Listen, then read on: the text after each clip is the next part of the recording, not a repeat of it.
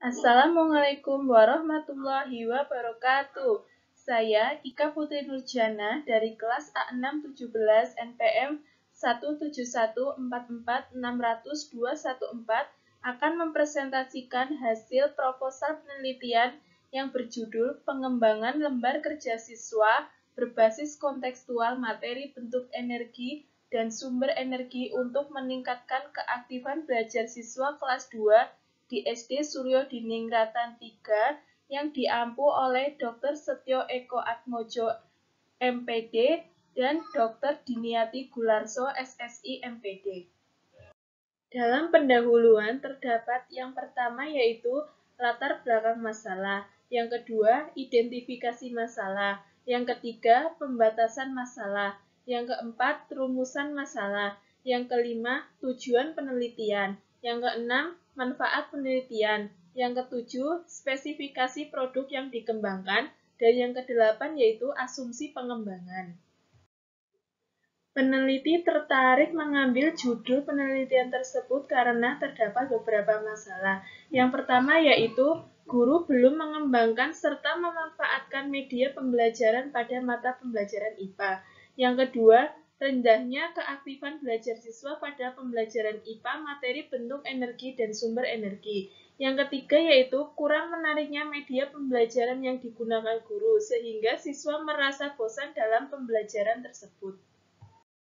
Dalam judul penelitian yang saya ambil terdapat 3 rumusan masalah. Yang pertama yaitu bagaimanakah hasil pengembangan LKS, yang kedua bagaimanakah efektivitas LKS, yang ketiga bagaimanakah respon siswa terhadap LKS berbasis kontekstual pokok bahasan bentuk energi dan sumber energi kelas 2 di SD Suryo Diningratan 3.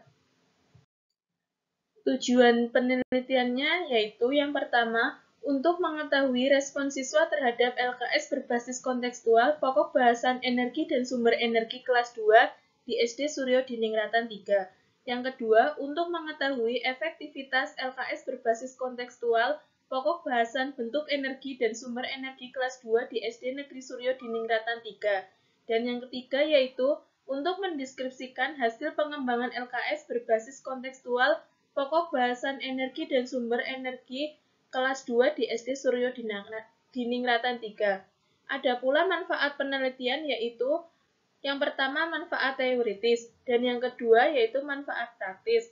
Manfaat praktis yang pertama manfaat bagi guru, yang kedua bagi siswa, dan yang ketiga bagi peneliti. Untuk spesifikasi produk yang dihasilkan, yang pertama produk yang dihasilkan berupa lembar kerja siswa atau LKS yang akan digunakan siswa sebagai buku panduan untuk melakukan praktikum. Yang kedua, materi yang akan dibahas adalah bentuk energi dan sumber energi kelas 2. Yang ketiga yaitu lembar kerja siswa akan disesuaikan dengan kurikulum yang digunakan di SD Negeri Suryo Diningratan 3. Adapun asumsi pengembangan. Beberapa asumsi yang mendasar penelitian adalah sebagai berikut. Yang pertama, dengan menggunakan pengembangan lembar kerja siswa atau LKS, siswa berperan langsung dalam melakukan praktikum. Yang kedua, dapat menghilangkan kebosanan siswa. Yang ketiga, dengan penggunaan pengembangan lembar kerja siswa atau LKS, siswa tidak harus menggunakan internet untuk mencari langkah-langkah melakukan praktikum. Dan yang keempat yaitu siswa sebagai subjek peneliti mengikuti pembelajaran IPA dengan pengembangan lembar kerja siswa atau LKS dengan sungguh-sungguh dan lebih terkontrol. Dalam bab 2, kajian pustaka terdapat yang pertama, kajian teori, yang kedua, kajian penelitian yang relevan, dan yang ketiga, kerangka berpikir. Dalam kajian teori, saya membahas yang pertama yaitu bahan ajar. Di dalam bahan ajar, saya menjelaskan tentang pengertian, tujuan dan manfaat, jenis, dan teknik pengembangan bahan ajar. Yang kedua yaitu saya menjelaskan tentang LKS. Dalam LKS, saya menjelaskan tentang pengertian, tujuan dan manfaat, kriteria, macam-macam, langkah-langkah penyusunan, keunggulan dan kelemahan, kriteria kelayakan LKS. Dan yang ketiga yaitu contextual teaching and learning. Di dalam contextual Teaching and Learning saya menjelaskan tentang pengertian, karakteristik, keunggulan, dan kelemahan CTL. Kerangka berpikir. Pengembangan LKS ini dibuat menggunakan beberapa perangkat lunak dan keterampilan tangan seperti CorelDRAW, Adobe Photoshop, dan lain-lain. Pengembangan media ini dikembangkan untuk meningkatkan pembelajaran IPA tentang bentuk energi dan sumber energi. Kurang variasinya media yang digunakan dalam pembelajaran dapat membuat siswa merasa bosan dan kurang tertariknya dalam pembelajaran IPA. Konsep media LKS ini dirancang dalam bentuk visual, sehingga media LKS ini dikembangkan oleh peneliti agar pembelajaran siswa dapat lebih menarik perhatian dan membuat siswa lebih senang dalam belajar pelajaran IPA. Bab 3 yaitu metode penelitian. Dalam metode penelitian terdapat yang pertama yaitu model pengembangan, yang kedua prosedur pengembangan, yang ketiga desain uji coba produk, yang keempat desain uji coba, yang kelima subjek uji coba, yang keenam instrumen penilaian, yang ketujuh teknik pengumpulan data, dan yang kedelapan yaitu teknik analisis data. Model pengembangan. Metode yang digunakan dalam penelitian ini adalah metode penelitian pengembangan Research and Development. Sugiono tahun 2014 halaman 297 menjelaskan metode penelitian pengembangan Research and Development yang artinya adalah metode penelitian yang digunakan untuk menghasilkan produk tertentu dan menguji keefektifan produk tersebut. Dalam prosedur pengembangan yang saya gunakan juga sesuai dengan prosedur pengembangan dari Sugiono seperti gambar berikut.